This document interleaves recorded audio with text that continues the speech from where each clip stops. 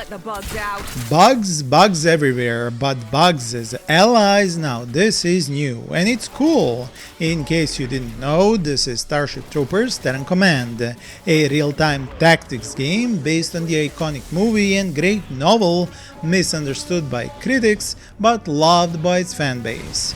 But now, with the new Eradicators DLC and sponsorship from its publisher Slytherin, I just had to show you its new side.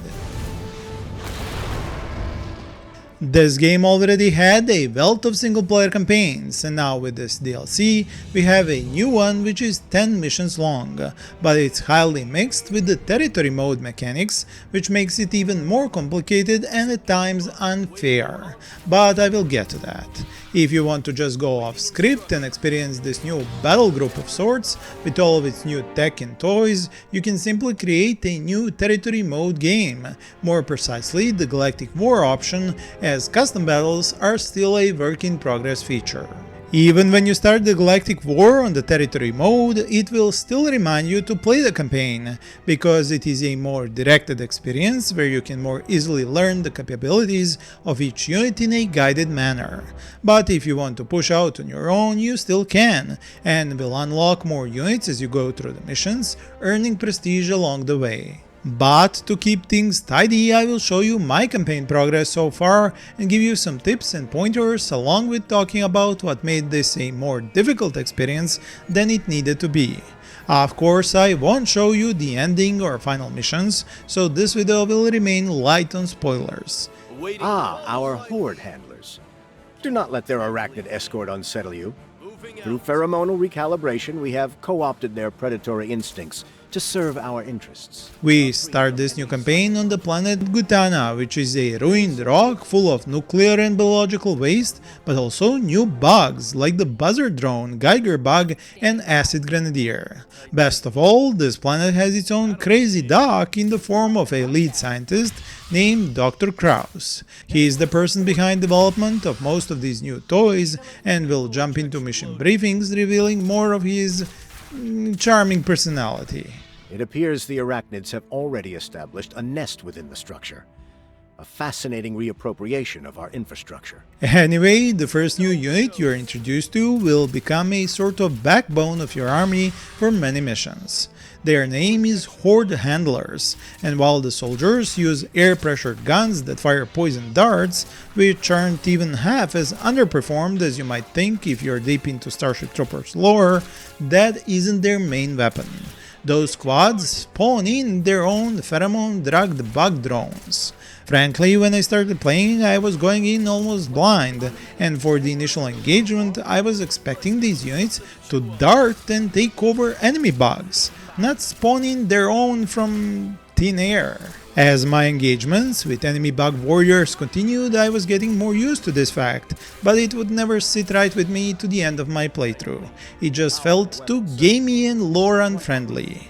Now, Horde Handler's next trick felt far more on point, and that is being able to blow up these friendly bugs and deal area of effect damage to all nearby enemy bugs. This is an ability with a cooldown and it can help you manage enemy hordes, but it has two issues you have to be aware of. First of all, this ability blows up all your friendly bugs, even those that just spawned at your squad. You can't manually choose which bugs to blow up. The second problem is the pathfinding of these allied bugs, because too often would they get stuck at their handler's feet and not move forward, forcing me to detonate their explosive collars too early, wasting their area of effect potential.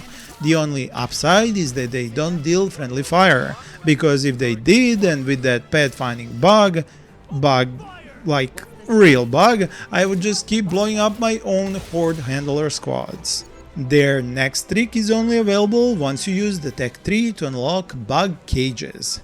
Tech costs just the basic resource and time, so you are incentivized to tech up as early as possible in each playthrough. This is how you unlock new units and unit abilities.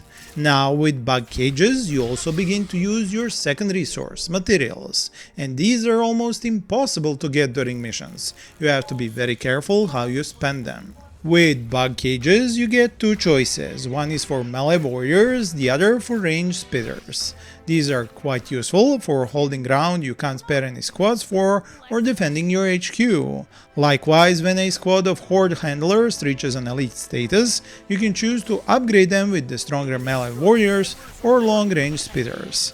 And that is going to be one of the most annoying parts of this campaign and the whole territory mode style gameplay, because you're very limited with the number of active squads you can have at the same time, and similarly limited with materials needed for bug cages or alternatively turrets. But the distance and number of territory nodes or flags you must hold grows with each mission, and when you have active reinforcements for the bugs coming from points of the map you can never stop, holding all these territory points becomes a never-ending game of whack-a-mole. We will see this issue become exponentially more problematic in the 4th mission, but let's move on to the 2nd one for now, as we have dealt with the final wave of the 1st one.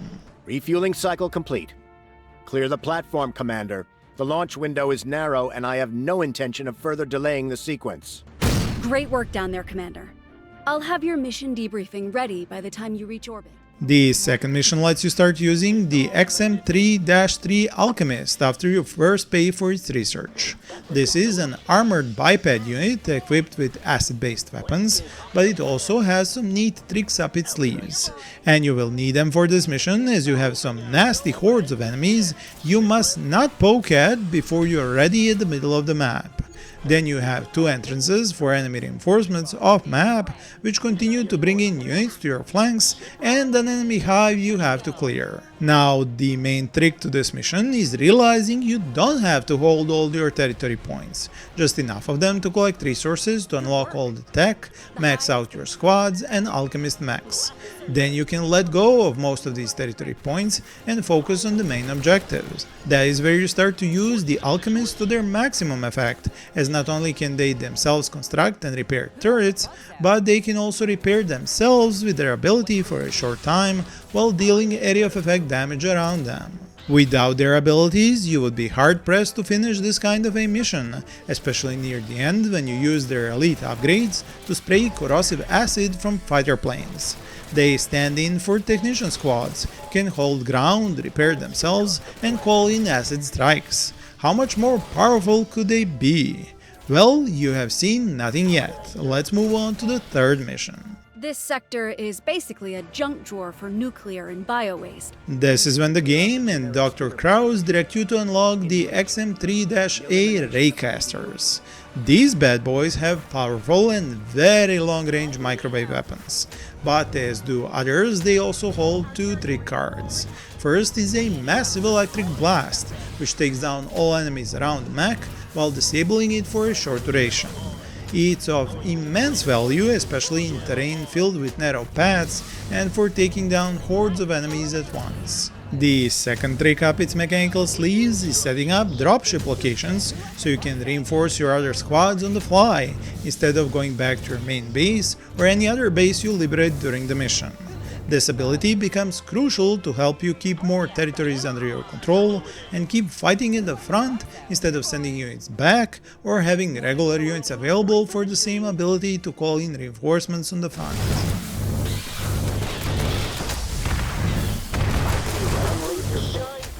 Now we come to the main event of this video and its main issue, as in Mission 4 you quickly run into the hardest challenge yet.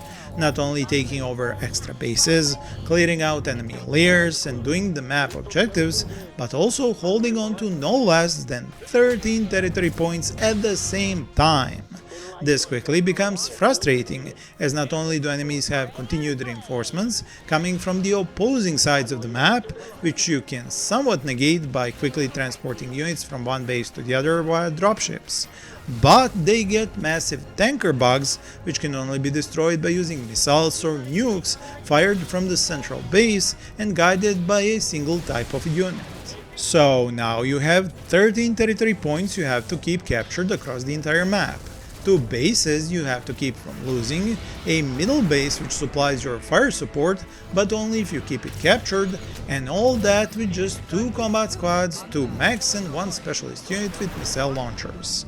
It took me several mid-mission save loadings and I got to almost all territory capture points, but when I started getting attacked by double tanker bugs from opposing sides of the map, I just had enough. Was it fun? Yes, but it was also starting to get infuriating. I do admit this kind of a campaign does require you to simply play several times until you learn the layout and the enemy spawn points and their spawn timings and everything. But it also felt unnecessarily more difficult just on the account of all the territory points being part of the main objective. So that was my experience with the Eradicators campaign for Starship Troopers Terran Command. If you already finished it, give me some tips in the comments and let me know what you think of it. Until next time, check out some of my other videos linked here as cards. Thank you for watching and happy gaming!